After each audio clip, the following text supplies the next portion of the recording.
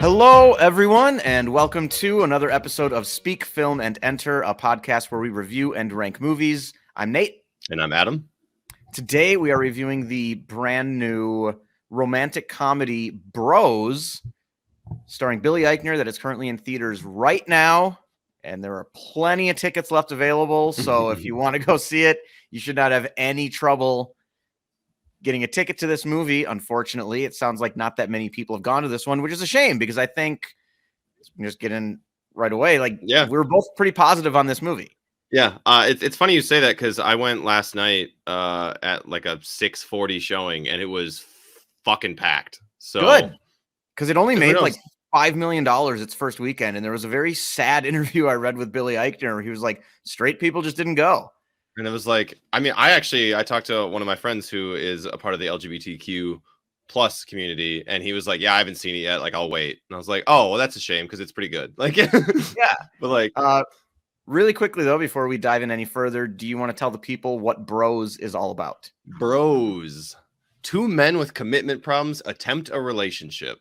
I was sort of laughing already in my head when I stopped to go back so you could introduce the movie remembering that's all that it's just a rom-com with two guys instead of a guy and a girl. It's like that's basically it. And it's an interesting movie to me because it does a good job of kind of like the characters and the dialogue feel fresh and modern, but the structure and the pacing of the movie feel like a throwback to like 80s and 90s rom-coms. And it's very aware of the genre that it's in and kind of the ground it's walking on.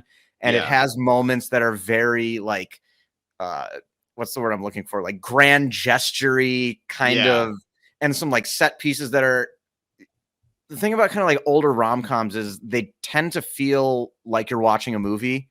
Not as much of like the minimalist, sort of like more laid back, like Linklater style, kind of like walk and talk, fit in the real world kind of thing. I know what you mean. Sorry, I was like, what do you mean by that? But I just very much it feels like it's normal. Like, you know that this is a movie and it's going to hit this beat and this beat instead of like, oh, you get lost in the fact that we're just having a conversation with characters and exactly. Yes, they have. They kind of have certain things they return to and certain types of jokes they try to tell, and they speak in ways that aren't exactly real all the time. But that's okay because that's what this movie is kind of paying homage to. But that being said, there are very real moments in this movie, like. Particularly, I really enjoyed the sort of banter on the board of the museum. Yes, where they're trying to figure out like what goes in the LGBTQ plus museum. So really quick, we can back up a moment and just kind of, because the synopsis doesn't give you much, but no. Basically, Billy Eichner plays a character who has a podcast where he talks about like gay history, basically, and then he has been chosen to run or kind of put together this the first ever American LGBTQ plus museum. And there's some very funny bits where kind of the board he's put together are kind of, there's a person representing each letter of the acronym LGBTQ. Right. And probably several, and a couple of others probably. And they get a lot of humor out of that, where they sort of like bicker with each other, but then they all agree on like, oh yeah, but the straight people, screw them. Like, oh, they had a good run. Like, right, exactly. Like, that's pretty funny. And then he meets this other guy played by Luke McFarlane at a nightclub, and they kind of have that little bit of, which we've seen in rom-coms before, like they meet each other and it doesn't go perfectly right away. But there's interest. But there are a couple, it's not like love at first sight and they don't click immediately. It's sort of one of those like, oh, screw that guy, a little bit of La La Land kind of in that regard, I think. And they have really good chemistry, which was, I guess, surprising to me, only because I knew that Luke McFarlane is mostly famous for being in lots of Hallmark Christmas movies. I mean, he has the absolute look of a Hallmark like star. Like, he's very good looking and just like I have never seen him before. Like, you know what I For mean? Like, how sure. isn't this guy bigger? Yeah, he just constantly looks like it should be snowing around him. Yeah, and there should have like a nice knit hat on, and Yep. like it should be wearing a flannel and cuddled up or something. Like, Yeah, for sure. So I only knew that he was in Hallmark movies, so I didn't quite know what to expect from him, but he was good. Billy Eichner's really funny. And yeah, I just generally came away very impressed with this, particularly because we don't really get this kind of movie very often anymore. no, we don't get a lot of rom-coms, and I like that this one in particular, like it knows it's a rom-com. It hits every single cliche, so it's in a way, it's like paying homage to the rom-coms we mentioned of like the the late '80s, early '90s, and like that era, but also like following exactly in their footsteps, and it's also like parodying at the same time all of those things. So it's like while it's making fun of the cliches, it's absolutely participating in all of them as well, which Right. It is does it knowingly. yeah, kind of a fine line. Like that, sometimes I feel like they go too far one way, but then they overcorrect and go the other way. But it's not it's not in a way that feels like disingenuous or bad or just not good. It's just like, oh, now that we've gone this way, let's match that energy with the opposite side and also go like to the nth degree on that way. And then they just oscillate back and forth, which is really fun. I know Billy Eichner's not everyone's cup of tea. He can be a little aggressive. At times I feel like, I mean, if you've seen him on Parks and Rec, it feels like that's kind of his personality regularly, just kind of a little bit over the top, a little bit extra. But yeah, I found him hilarious. I think the writing in this movie is super funny. This might be the funniest movie of the year so far. Like, I think it's that's quite good. A fair argument. And I'm glad you mentioned kind of Billy Eichner's sort of unique brand of comedy. Because the first time I went through Parks and Rec, I was not a huge fan of Craig.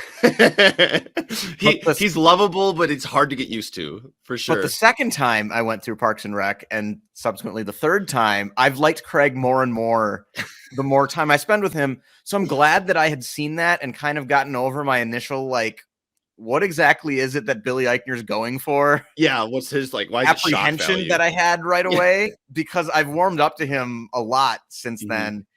And then going into this movie, it's really fun to see somebody who screams but is so smart and articulate about it. Yeah. Where usually the loud people are saying something dumb or incoherent. Yeah, or they're just frustrated. But he's able to like raise his volume and his energy level while bringing his intelligence along for the ride. Yeah. Which I find very amusing when he just goes on these tangents and says things that are like factually true and maybe even kind of interesting, but it's hilarious because he's just mad. Well, and it's also like he's also being sort of rude when he does it, but it's just more of like matter of fact rather than like I'm yelling at you. It's just I'm yelling because I feel the need to like I just need you to get my point, and like you have to hear it because I'm telling you, I'm spitting the facts to you, and it's frustrating to me, right? I think that's part of it, is because he's not always or even most of the time yelling at someone. He's just kind of yelling about something. If it's the situation or something that somebody else already brought up, but he just needs, his voice constantly raises as he gets more excited. And I find that to be very amusing. There aren't very many people in this world who I think get funnier when they get angrier. I would agree. Few and far between, especially when you encounter angry, they're more rude. Yeah. Right, but when you encounter those people, it's just so fun to watch characters or people just kind of poke them a little bit. Yeah, because they just become more amusing. And maybe it's kind of mean of the rest of us to do that, but not a lot of people provide what you provide. So enjoy that. It's not like anger is simmering and like boils over like regularly. It's just like he's always here. And like the excitement level just like pops every so often. And like then he goes on those tangents and tirades. Yeah, that's a good way to describe it. I did want to mention though, so it sounds like we each had some interesting things happen when we went to see this movie. Where you mentioned to me before, should we take a little moment for some theater etiquette here? Because off of 2020 and the pandemic and people not being used to, I guess, going to theaters as much anymore, seeing a lot of things at home. I've had a couple theater experiences recently, and this is one of them that have just been like lackluster, or just maybe I'm being uptight about something because that's just, it's theater. You're with other people, they're doing other shit.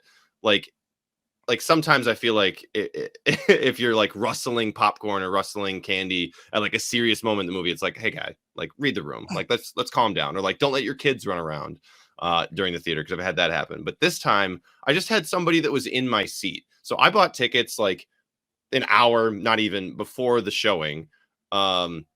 And I picked, the theater was very, very full. It was either like pick a middle seat between two obvious couples, Yeah. or pick like an end Be seat that guy. with like nobody, with like two seats to spare before you hit like an actual group of people. So I sat on the very, very end. So I was like, I'm not gonna be that guy. I'll just sit on the end. I'll be quiet to myself. And I got there, and there was like a group of women, like some younger women, and then like two probably like middle-aged women, I'd say like 50, 55. And I was just like, hey, like I don't want to be rude, but like you're in my seat. Like I went online and I bought that chair. Like I can definitely move, like, but I don't want to move to somewhere else and then get somebody comes up to me because it's a full theater and says, hey, you're in my seat. And then I got to come back to you and say, hey, you need to move because now somebody's yelling at me. So just like, go to the chair that you bought. Like, it's not difficult. You're watching a movie. It's not watching at home, so you can't talk to people anyway. Like, fucking just go where you bought your ticket. I don't want to be like a dick, but like, well, no, but how is that hard? That's the thing for me, where I understand it when you're at like a sporting event or a concert. Yeah. With like seats where it's more expensive, the better your seat is. Yeah. Where you're just like, oh, I'll just buy the cheapest ticket possible and then hope that I can find somewhere better. Yeah. But with movies, they're all the exact same price. Yeah. It's like, so what's the point of buying a ticket in one spot and then just sitting somewhere else and hoping that nobody shows up? Like, just buy that one. Like, which is how I felt when, oh God, what did I see? It was 3,000 Years of Longing, like a month ago. Okay. And I walked in, and when I bought a ticket, there was only one other ticket that had been purchased in like kind of one of the middle rows in the middle. I bought the ticket in the back row in the middle. So we're nice and spread out. We kind of got like 3 rows between us. We're gonna have our own theater experiences. Exactly. And I walk in, and there's only one person in the theater, and he's in my seat.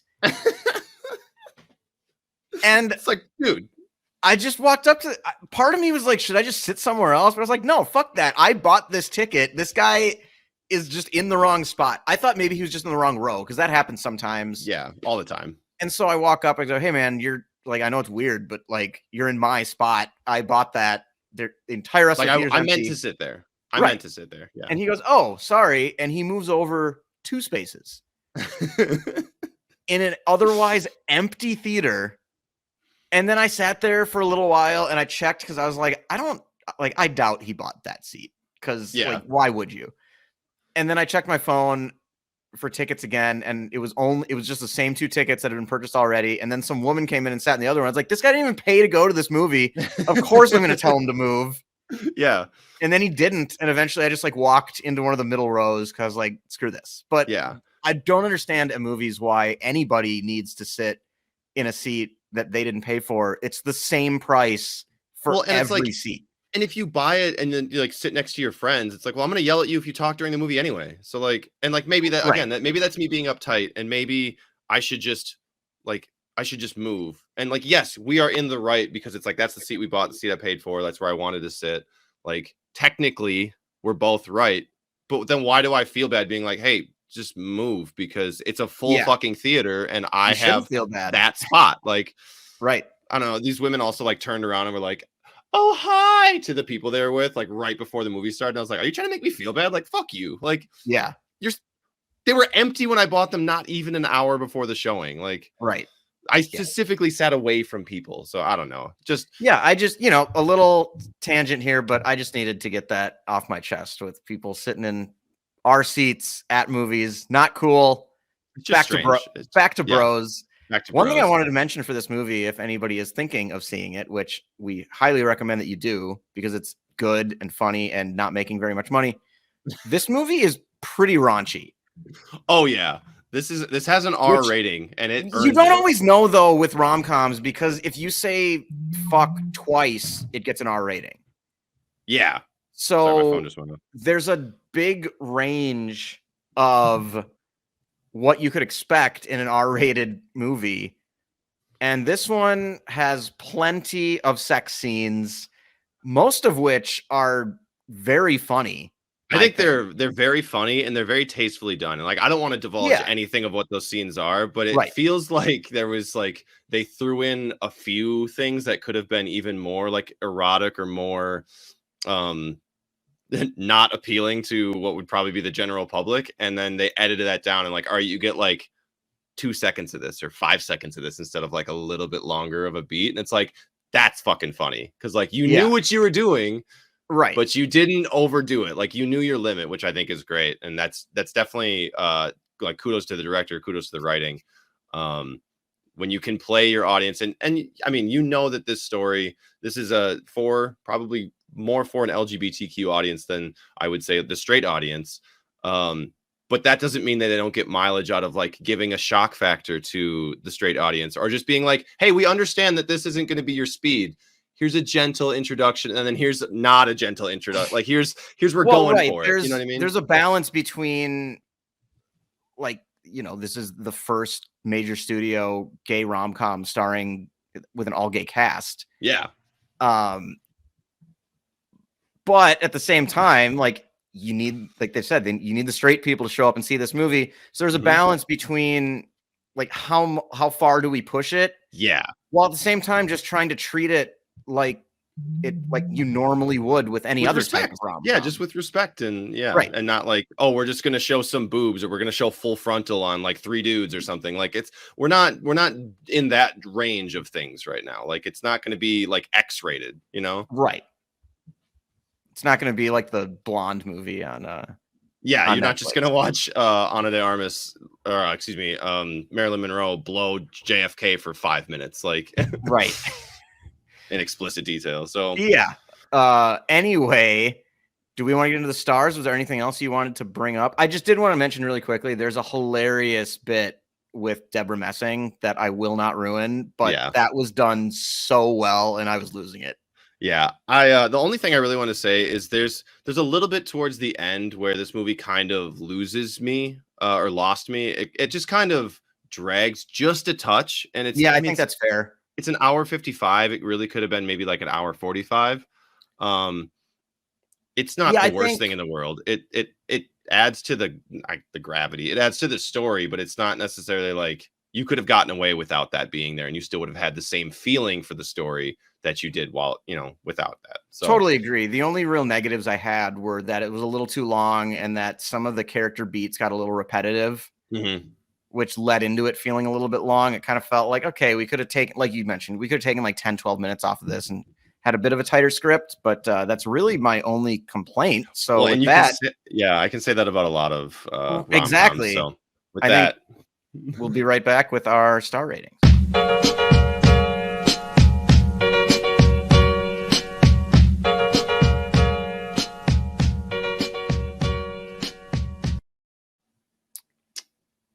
I'll go first. Adam will go first. I was like, we both had that same question. Yeah. I said it earlier in the show. I think this is if this isn't the funniest movie of the year, it's the second funniest movie of the year. I'm giving this a 3.5. It probably should. My bad. Probably should go up. But for some of those there. Yeah, for some of those other issues or those little issues. The comedy in here, it's like I was talking to my friend who is gay, and and we were going back and forth. He hasn't seen it, and I texted him, and he was like, "You should say that." And I said, "I don't know how the LGBTQ plus community will like it, but as a straight white man, I thought it was really funny, and I know that's not much of an endorsement, but at least I'll recommend it to other straight people." And he was like, "Perfect." So okay. So all I can say is you should go see this movie. You should try and check it out whenever you can. It's really funny. It has heart, and it's just good. I just really enjoyed it. I laughed the entire time. Feel good rom-com, and we don't get many of those anymore. And there's shit in the news every day, and sometimes you just need a movie like this as a little pick-me-up. So I'm gonna go right there with you at 3.5 stars. I agree, it's one of the funniest movies of the year. I generally don't go higher than this on comedies until I've watched, like, how's the rewatch value on comedies for me is very important. So I'm kind of between a 3.5 and a 4. If I watch it, I will watch it again. And if I like it just as much, then it'll probably be up to a 4 out of 5. But for me, that's the rewatch value is something I value very highly for comedies. Yeah. And I've only seen it once so far, so I'm only going to go up to a very good 3.5 out of 5, but could easily bump up another half star or so.